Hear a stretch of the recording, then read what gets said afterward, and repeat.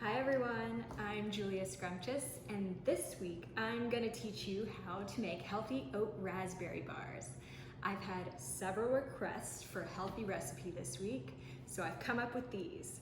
They're full of fiber and protein, and they'd be perfect for breakfast or before you go work out, or you can eat it for dessert with a scoop of ice cream on top, whatever you prefer. Anyways, let's start with the raspberry filling. I am going to make this myself, but if you didn't want to, you could use a store-bought jam.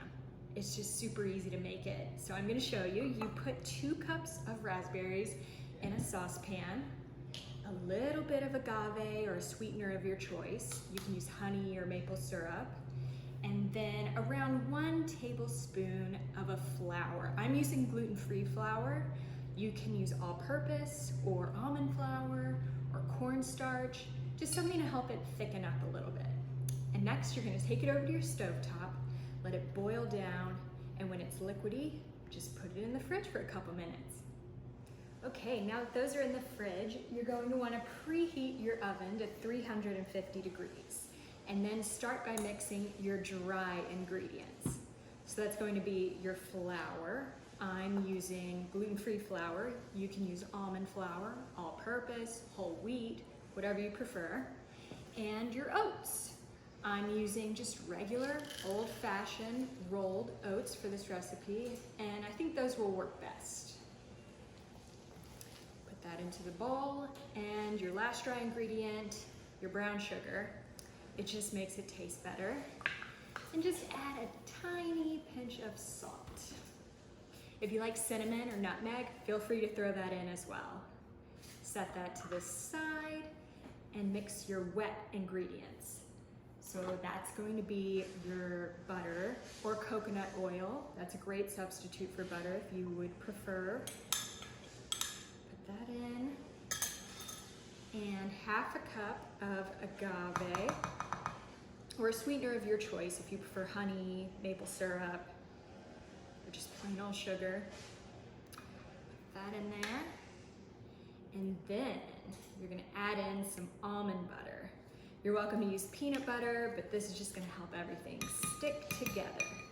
Next, you're gonna microwave that for about 30 seconds just to get it nice and liquidy and gooey. So I'm gonna add in my wet ingredients to my dry ingredients, and just going to want to stir that all in together with a spatula or wooden spoon until it's nice and mixed in. So you're gonna cut a piece of parchment paper to the size of your baking dish. I'm using around an 8x8 baking dish, and you can use something like that. You can use a rectangular pan or even a pie dish if you don't have any of those. Just make sure you line it with parchment paper, otherwise you'll have a tough time getting these out of the bottom of the pan when they're through baking. So put that in there, and then you're gonna want to put around 2/3 of this mixture into the bottom of your pan.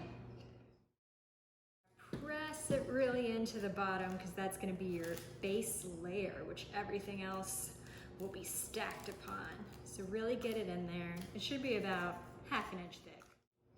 Once that's all pressed in, you're gonna put it in your oven for 10 minutes. I just wanna get this bottom layer cooked a little bit more than the rest. So you're gonna take that out of the oven after 10 minutes, and then you get to add in your raspberry filling. Put it all over the top as a second layer. And then on top of that, put in the remaining 1/3 of your oat mixture and press it in. Once you've essentially layered all your sandwich layers, we're gonna put it back into the oven for the final bit of cooking.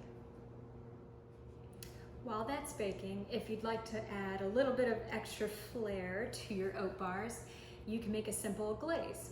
It involves powdered sugar and lemon juice. If you'd rather not have the extra sugar, you can skip this step and your bars will still be delicious. Once you take this out of your oven, you're gonna wanna put it directly in your fridge for a couple hours so it can get hard enough for you to slice into perfect squares. Okay, now my bars have been cooling in the fridge for about 2 hours, and I'm finally finally ready to take them out of the pan. This is when you hope and pray that everything comes out in one piece. I'm going to use a spatula. Bam! Perfect. That's why you need parchment paper. Next, I'm going to cut these into squares so you can have some portion control. And I'm going to use a very sharp knife, but it's going to help get a clean edge. If you made a glaze, then now would be the time to start adding it to the top. Once you've finished glazing, if you're a glazer, you can stack these all up on a plate, cover them, and put them in the refrigerator. They should be good for a week. Or if you put them in the freezer, they'll stay good for at least 3 months. I think these, though, will not last in my house for longer than 3 days. Enjoy, and I'll see you next week. Whoop.